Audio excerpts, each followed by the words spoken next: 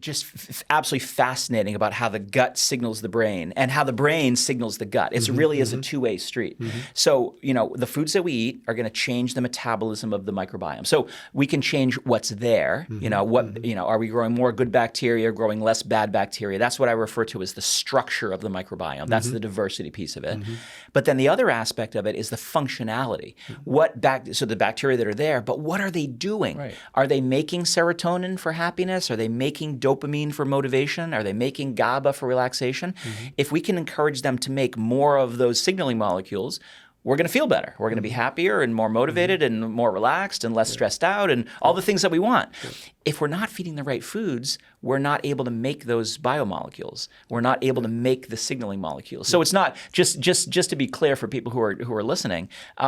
It's not like you make the serotonin in your gut and then it leaks out of your gut into your bloodstream and then leaks into your brain and you're happy, right? This is what I wanted to clarify. We know it doesn't work that way. Yeah. What probably happens is there are hardwired connections, like the vagus nerve is a very well-known one. Hardwired connection from your brain to your gut, and it may be, and this is what we're still trying to tease out, that some of the change of the metabolism at your microbiome level is sensed by a nerve like the vagus nerve, and then that gets to your brain.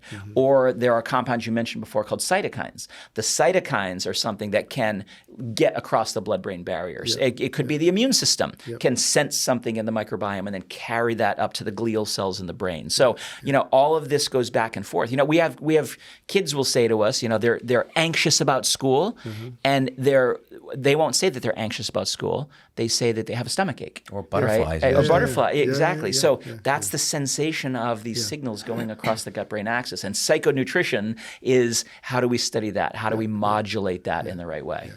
So signaling and transportation, those are the two things that's happening all the time. Yeah, right. Yeah.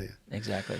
And that is where the connection becomes with the gut, the microbiome, behavioral disorders, ADHD, anxiety, depression. That's right. Sleep disorders. Sleep disorders, circadian rhythm. Yeah, if you have inflammatory signals in your gut and those inflammatory signals are getting into the brain, now you have an inflamed brain, what we call neuroinflammation. And that is a red flag for depression and anxiety and focus problems. And if your brain is inflamed, you can't relax when you want to relax. And so you have sleep problems. It really is a very vicious cycle. And that's why I encourage everybody, parents and children and everybody in between, that you really have to think of this gut-brain axis as a system and think to yourself that how I feel is not just in my head, but it's also in my gut. And there's lots of things that we know that we can do in the gut to change what is happening in the brain. Sure.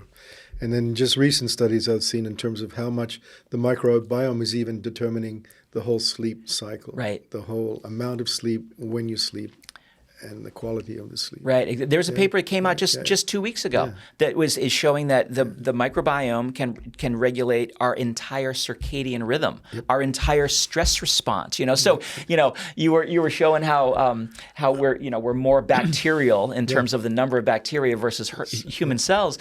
You start looking at some of this and you're asking yourself, well, who's in charge here? Can I even make my own decisions, or are these bacteria telling me what to do? It's fascinating. Yeah. So the microbiome and reestablishing it and rebalancing it and creating diversity is obviously key. If you can breastfeed, you should. If you can't have it naturally birthed, you should. But if you can't, then there are remedial ways. Right. This is involved in the immune system, establishing good gut-brain connection and mood and behavior. What are some of the things that we should be avoiding? What do parents need to know about not feeding their children in early days and throughout the first 7 years? Yeah. Go ahead. Sure. I mean, obviously, in some way it's very obvious, and yet it's not followed mostly. So number one, obviously, anything processed. Anything processed has the potential for disrupting the ecology of the microbiome. Right. So you look at, artificial flavorings, artificial colorings, artificial sweeteners, even just the excess of regular sugar can disrupt the microbiome. So it just comes back to that very basic principle: whole foods, real foods, color of the rainbows, eat all of those. Get your nutrients, from whole foods, not processed foods. Pretty much, if you do that, 90% you're ahead. Right. Yeah.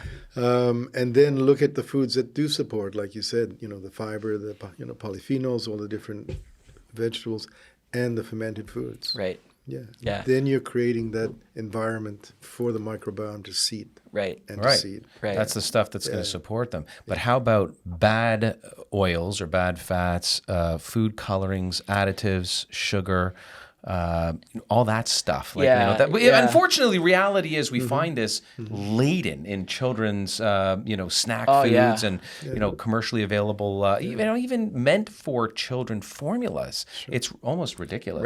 Right. I try to get people to focus on the sort of 80-20. If you can make sure that you're 80% of the time you're eating the right way, exactly the way you just described, get the polyphenols in there, get the fiber in there, get the fermented foods in there, eat the whole foods. You've got 20% of your play foods, so to speak, right? Where you can have a sweet or a snack or something like that. And because that 80% has done such a good job of building a vibrant, diverse microbiome, it's pretty resistant to a little bit of damage coming in, right? So, food is about celebrating. It's about, having fun. It's about gathering and things like that. So, you don't want it to make it a chore, so have that enjoyment too. No, I love the 80-20 rule.